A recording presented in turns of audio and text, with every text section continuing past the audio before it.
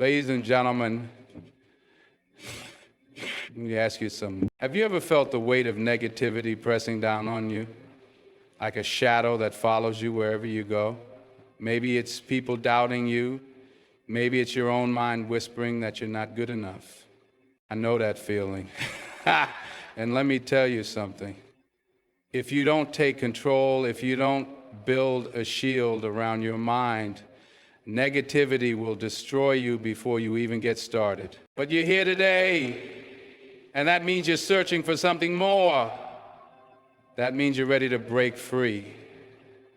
And if you stay with me, I promise you, by the time we're done, you will walk out of here with a new mindset, a new purpose, and an unshakable confidence that no negativity can touch. You ready? Your thoughts shape your reality. Every decision you make, every action you take begins in your mind. If you allow negativity to settle in, it will dictate how you see the world, how you respond to challenges, and ultimately how far you go in life.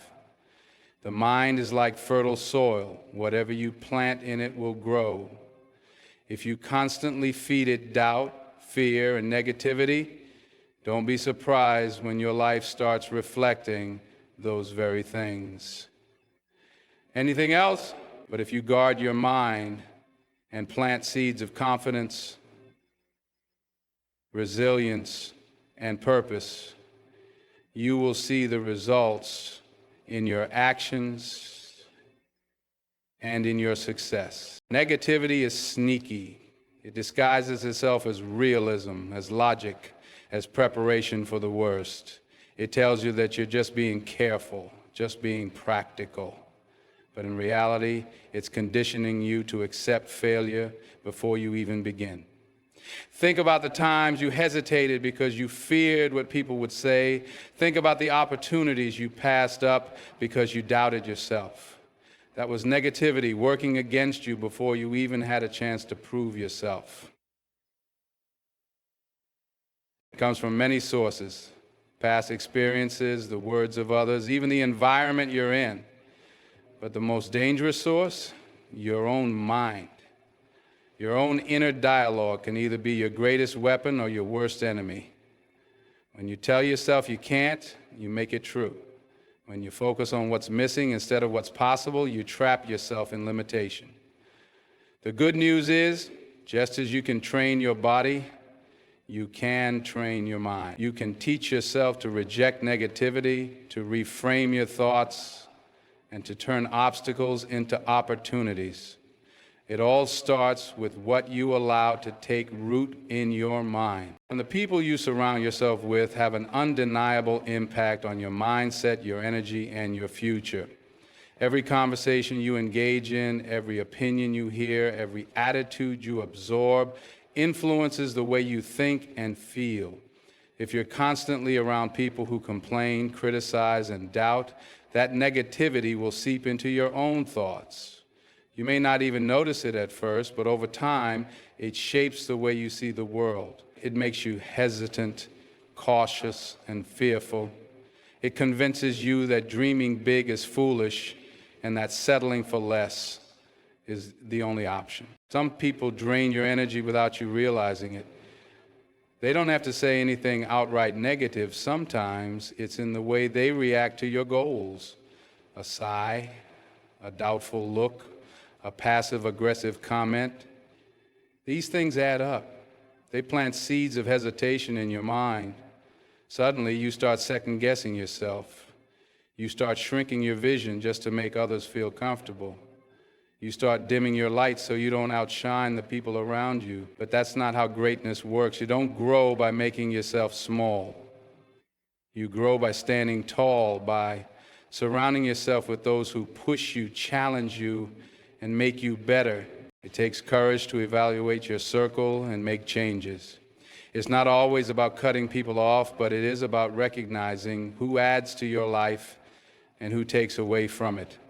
It's about finding people who believe in your potential, who inspire you to aim higher, who remind you of your strength when you forget it yourself.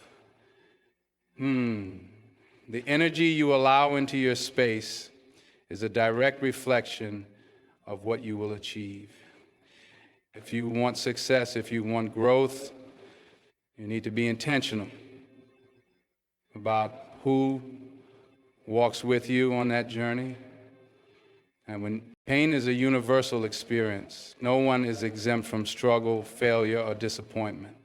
At some point, life will hit you hard, and when it does, you have two choices. Let it break you or let it build you. The difference between those who succeed and those who don't isn't the absence of hardship, it's how they respond to it. Every setback, every rejection, every loss carries a lesson, but most people are too focused on the pain to see the opportunity within it. They allow their struggles to define them instead of using them as fuel to rise higher. Pain has the power to shape you, but only if you use it correctly. Some people take failure as a signal to stop.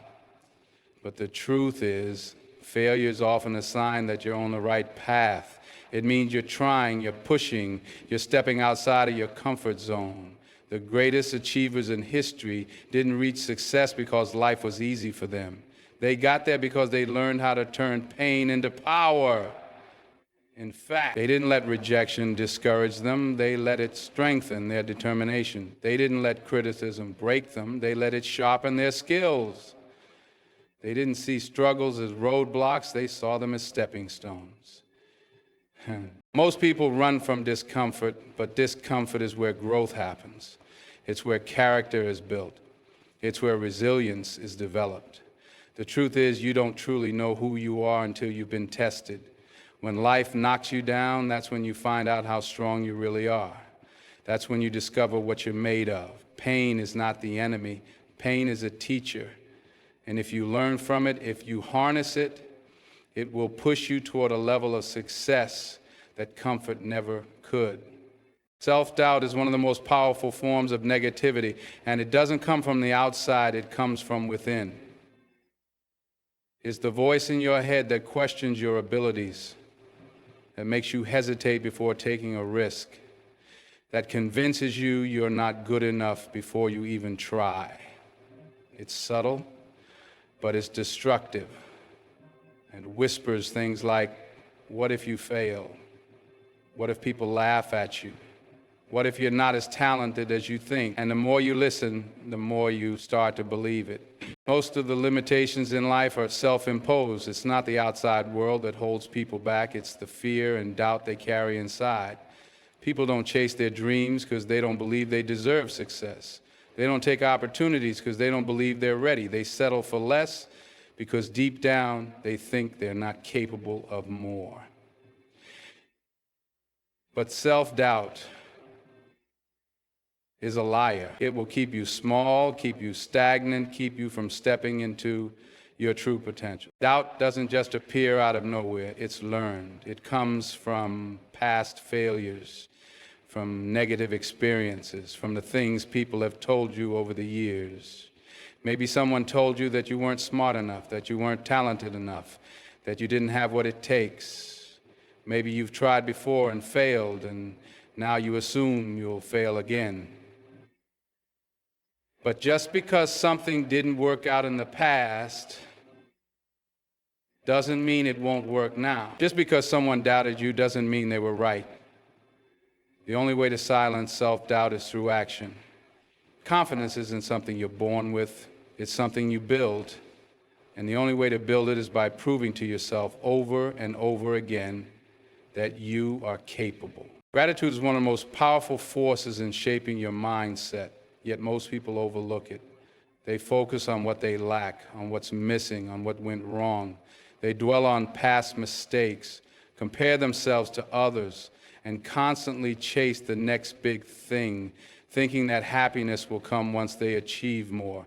But negativity thrives in that space, the space of never being satisfied, of always feeling like something is missing. Sometimes people feel they can achieve anything because they never dream big enough, and everything they want comes like it's. When you focus on what you don't have, you create an endless cycle of frustration and disappointment, convincing yourself that you're behind, that you're not enough, that your life isn't where it should be. not great. The truth is, gratitude shifts everything. When you train yourself to focus on what you do have, on the progress you've made, on the opportunities in front of you, your entire perspective changes.